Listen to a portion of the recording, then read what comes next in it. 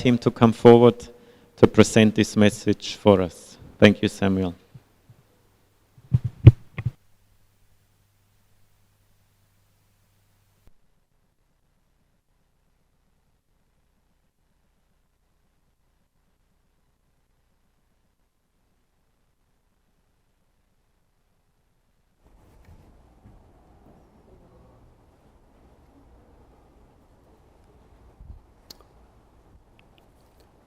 Good morning to everybody.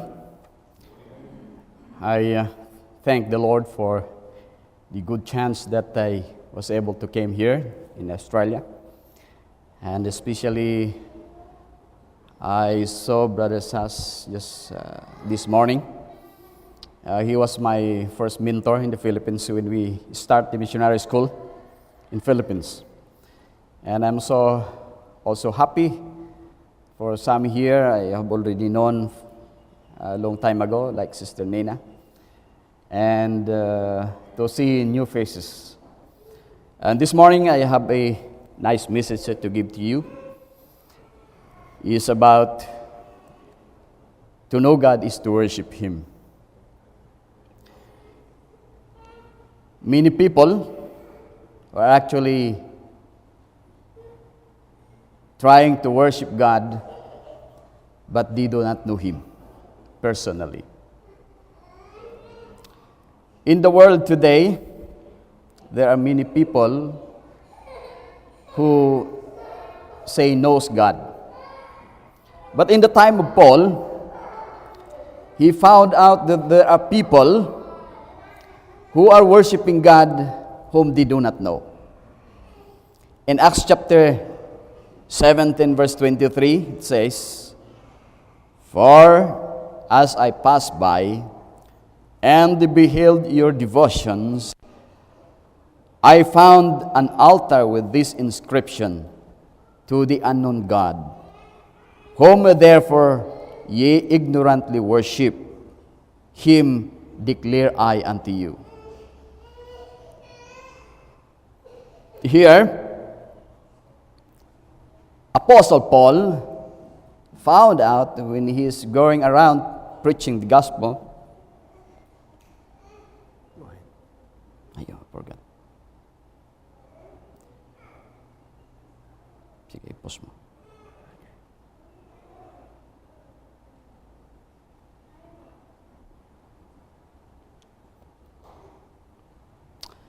Apostle Paul found out that there are people worshiping God, but they do not know the God that they are worshiping.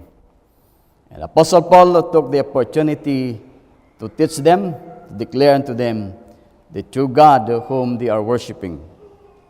So that is what Apostle Paul have found out. And there are three kinds of people who know. And these are the people who knows what they know. What I mean is that when I say, or when I will say, I know Brother Rolly. Why? I know his family, I know his name, I know his job, how many children he has. He is my friend. So I know him, and I know I did know him really. That is what I mean. I know whom I knew. That is the first kind of people. But the second one is that there are people who knows what they do not know. Yeah. Maybe when I arrived here in trying to look for Brother Sas, and I will say, I know Brother Sas because I have read many of his writings, so I know him. But I did not see him personally. So, but everything about him, I know by writing. For instance, I will ask him and I will say that, do you know Brother Sas? And I will tell the story about Brother Sas by writings because I read it. And then he will say, I am Brother Sas. What does it mean? I do not know that he is the one. It means I know him, but I did not know that he is the one. You got my point? But the worst one is that there are people who know not what they know. Yeah? There are people who are saying that they know the President of the United States. They could mention his story, his name, but if you will ask them if he is their friend, they cannot say yes. Why?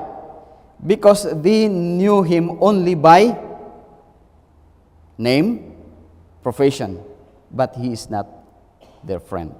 That is the worst one. People who are worshiping God today say that they know God, but God is not their friend. What we need now is that, like Abraham. Who is Abraham? The Bible says Abraham is the friend of God. Apostle Paul says also, I know whom I have believed. So what we need now is we need to know whom we are believing. That is the foundation of our faith. Without knowing him, we cannot worship him truly. So one is, we need to know that God is our creator. God is the creator. In Genesis chapter 1, verse 1, when I was young, I thought this is just a memory verse for the young or for the children. But I found it now that it is a great statement. In the beginning, God created the heaven and the earth. What did God created? Heaven and earth. It is not just this earth that he had created. It is heaven and the earth. It means it is great. He is great. If you can see someone here that could make something different, something which is new, we can say, oh, it's great. But God, what he made is heaven and earth. Something different, something wonderful. Much more, how does God created heaven and earth? In Psalms chapter 32, verse 6, by the word of the Lord were the heavens made, and all the host of them by the breath of his mouth. For he spake, and it was done. He commanded, and it stood fast. You see, only by the word of God that the things are created. Can you see any man that could do that? Maybe I can say, I will make this table. But how many days it took me to make this table? If you are expert, maybe you can make it for 2 days, for the reason that you are going to find wood and then cut it, slice it, and you plane it. So and then assemble it. For 2 days, you have made it. But for God, He just spake the word, and the things are done. So that's how great is God. We'll go to the actual happenings in Genesis chapter 1, the chapter 1 of Genesis. We will start in verse 3. God says, "And God said, Let there be light, and there was light." Today we can make that. And there was light. Just switch, the light will come. But it is not caused by the power of the word. But God, when He said, God, let there be light, and there was light. So when we see what the people could do in this world, we will compare it to what God had done. We are too far. So it's worth, it tells us something. Yeah? It tells us something. And verse 7, "And God has made the firmament and divided the waters which were under the firmament from the waters which were above the firmament. And it was so." And verse 9, "And God said, Let the waters under the heaven be gathered together unto one place, and let the dry land appear. And it was so." In verse 11, "And God said, Let the earth bring forth grass, the herb yielding seed, and the fruit tree yielding fruit after his kind, whose seed is in itself upon the earth. And it was so." You see, everything that God had said, it came out.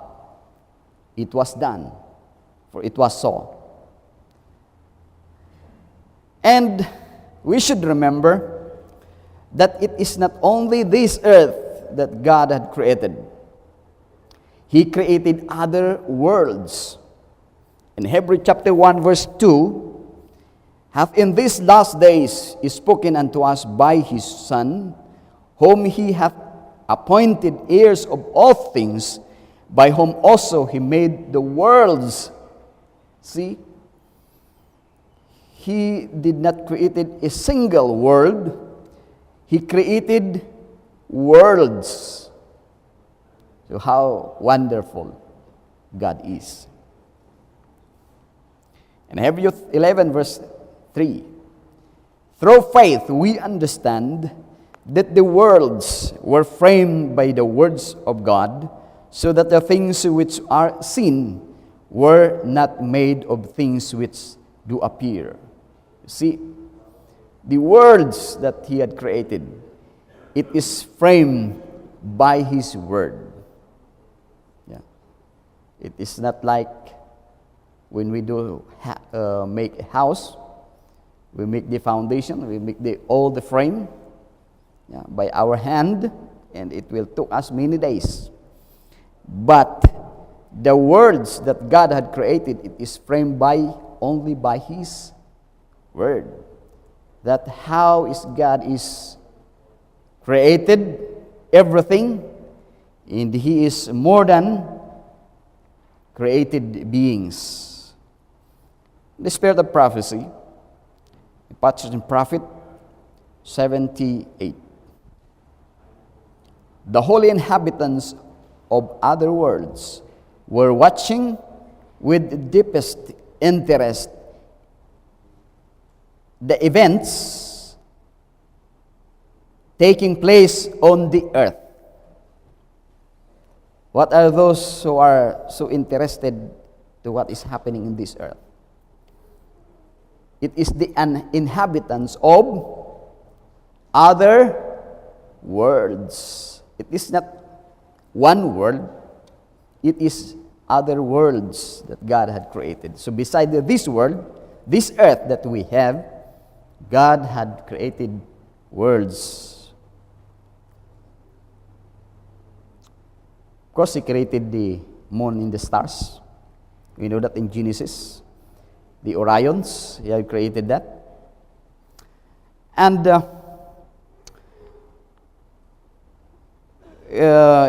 found in the book of astronomy, Young Boston, this is what it says. All the invisible stars, or the visible stars, except Mercury, Venus, Mars, Jupiter, and Saturn. These five, except these five, all the visible stars that we can see, it says here, planets belongs to our solar system. Our suns, like our sun, but being so far from our earth, they appears to be small stars. Many of them, however, are much larger than our sun. So, when we see the heavens and we see the stars, small stars, but they are what? They are planets. They are suns, like our sun, but because they are too far from us, they looks like just small stars. You see? So how great is God, how He made all these things, what is in the earth and what is in heavens. And He made it by His power. So this is what Isaiah says in chapter 40, verse 26. Lift up your eyes on high, and behold, who hath created these things, that they bringeth out their host by number. He calleth them all by names, by the greatness of His might. For that He is strong in power, not one faileth. So, behold means just not to look, but it tells us something that we need to realize. How great is God when He made all these things. Another statement in Job, it is a challenge to Job. The Lord says, where wast thou when I laid the foundations of the earth? Where are we when God had made all these things? Declare if thou hast understanding.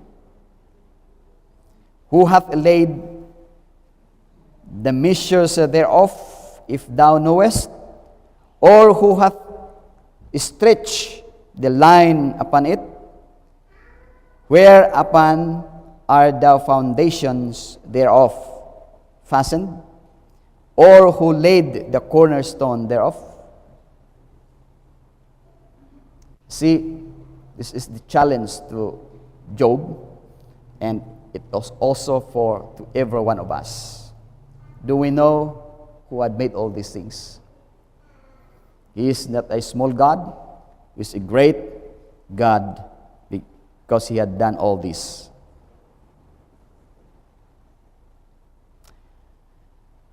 There is something to learn about this. A lesson of faith that we need to learn from those declaration of God and the history how He made the world. What is that? In 2 Corinthians chapter 4, verse 6. For God, who commanded the light to shine out of darkness, hath shined in our hearts.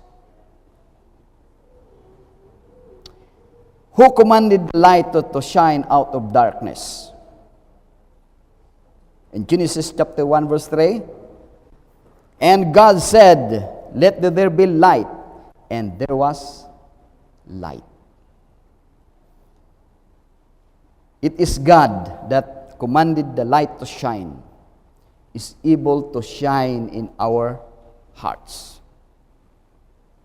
By the same power that He let the light shine during the creation, is able to shine in our hearts.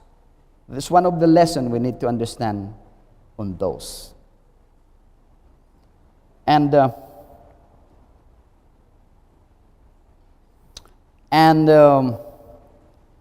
who is He?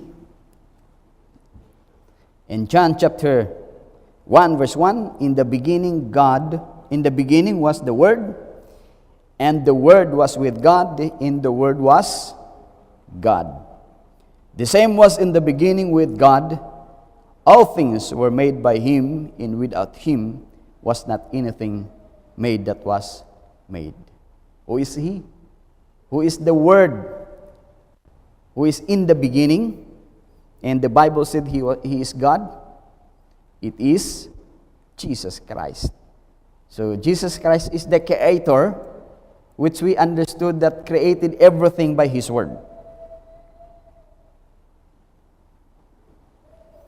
He is the power that creates and the power of our salvation. That is a lesson that we need to understand. In Romans chapter 1 verse 16, what does it say? For I am not ashamed of the gospel of Christ, for it is the power of God unto salvation to everyone that believeth, to the Jews first and also to the Greek. So we can understand that the same Christ, the powerful God that created the world, it is now the power that will bring us unto salvation.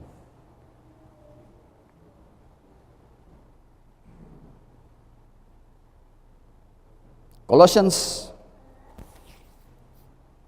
chapter 1 verse 16, for by Him were all things created that are in heaven and that are in earth, visible and invisible, whether they be thrones or principalities or powers, all things were created by Him.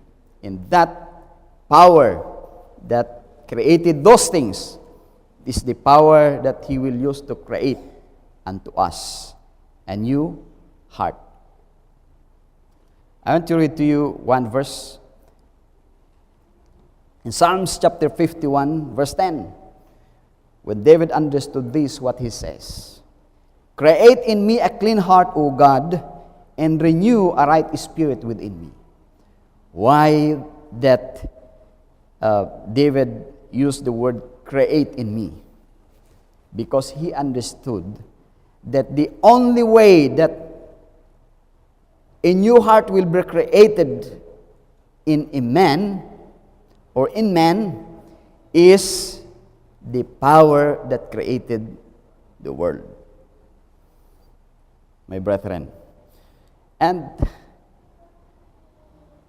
do you know why the Sabbath was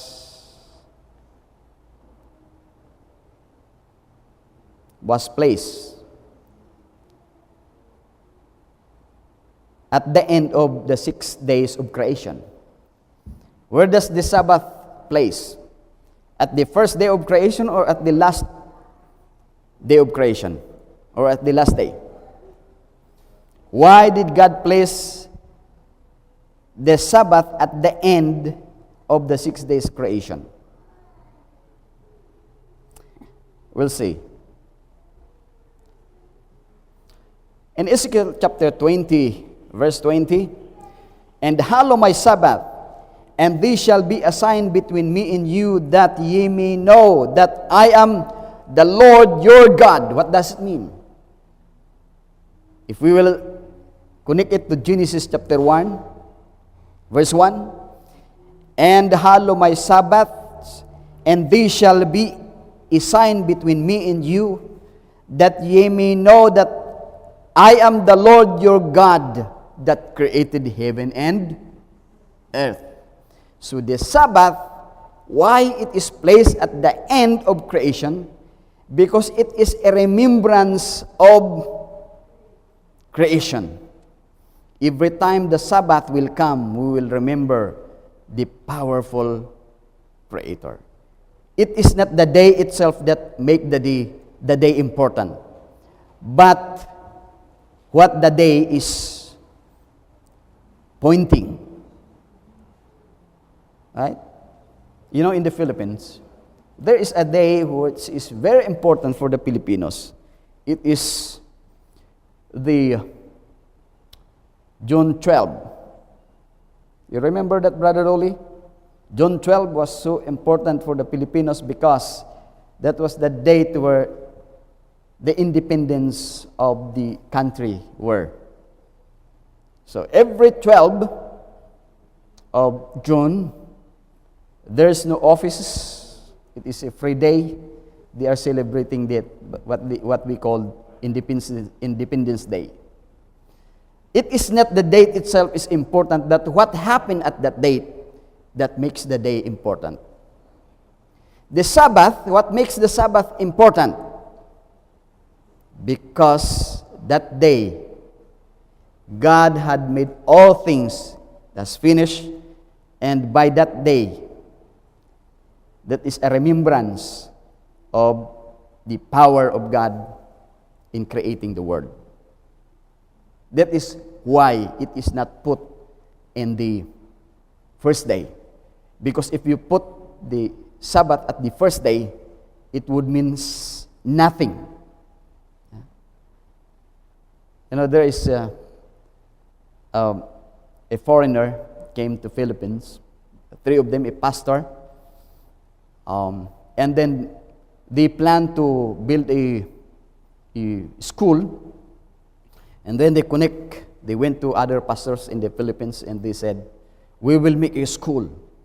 We will get fund from foreign country to build a school. But they said, but the money is not yet arrived. So we will just make this old building, and then we will put a signboard, we'll make a picture, and then we will send to other countries. And then they did that to collect money. And then when the money arrives, that the 3 pastors did not appear anymore. So to make a signboard or a memorial before the project is finished is a corruption. That's why the Lord did not put the signboard remembrance at the first day of creation. He put at the last, when everything is finished. So every now and then when the Sabbath comes, we will remember. That is what does it mean. What Exodus chapter 20 verse 8 says. Remember the Sabbath day to keep it holy. Why? Why we remember this? We remember what happens during 6 days in creation. That's why in verse 9 it says, 6 days shalt thou labor and do all thy works. The 7th day is the Sabbath of the Lord thy God. So the Spirit of prophecy makes a strong statement on that. He said, the Sabbath was given to all humankind to commemorate the work of creation. What is that? The Sabbath. It was a memorial that was to stand from age to age till the close of earth history. The Sabbath. Because he had rested upon the Sabbath, God blessed the Sabbath day and sanctified it, set it apart to a holy use. He gave it to Adam as a day of rest. It was a memorial of the work of creation, and thus a sign of God's power and His love. You see, that's how important is the Sabbath. So it always reminds us. It always lead us to know God. And if we will know God, what will happen when we will know God? I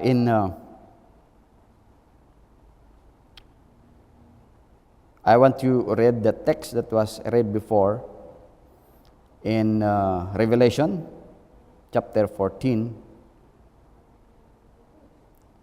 That is in verse 6 and 7. And I saw another angel fly in the midst of heaven, having the everlasting gospel to preach unto them that dwell on the earth, and to every nation and kindred, tongue and people, saying with a loud voice, Fear God and give glory to him, for the hour of his judgment is come, and worship him that made heaven and earth, in the sea, in the fountains of waters. Why is it that God is worthy to be worshipped? According to this verse, for he made heaven and earth. So if we know God, we are to worship him. That is the message of the three angels' message. Why is it that the three angels, the Sabbath were included to that message? Because that Sabbath, it reminds the true Creator that it will lead us to worship him. Without knowing him, the Sabbath, it would mean nothing to us. But if we understand that this is the one that will remind us the true Creator, and then we are to worship him.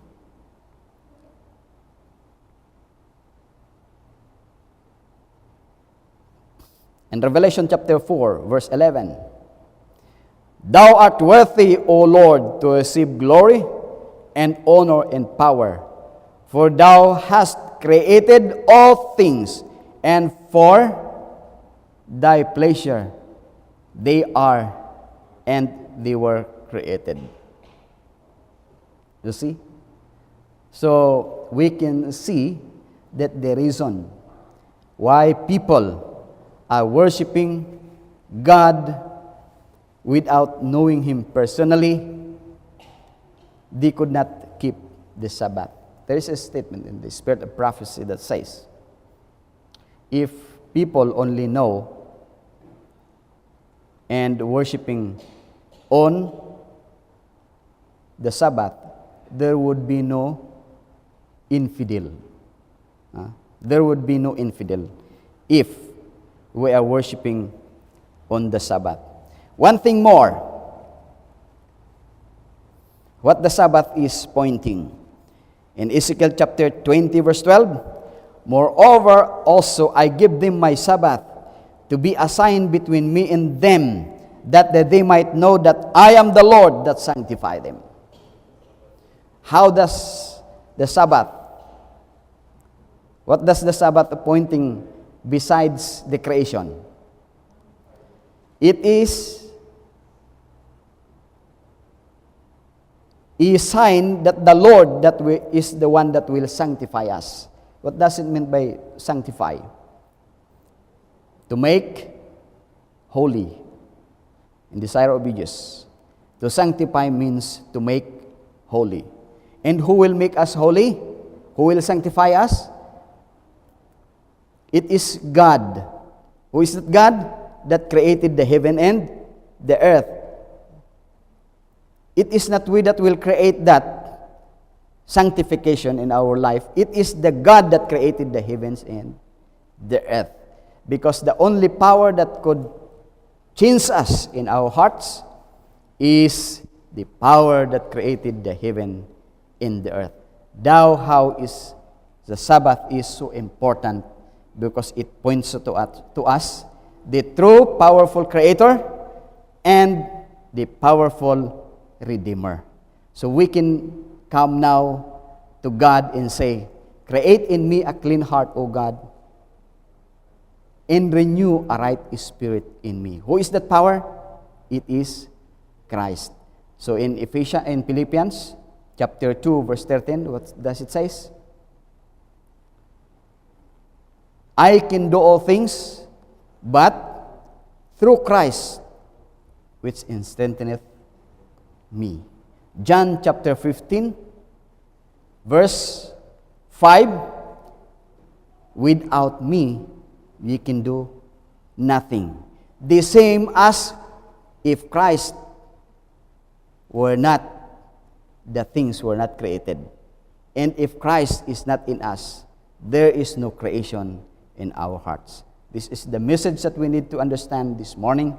May God bless us that this message will open our hearts and open the storehouse of the blessing of God and the power of God, that it will be,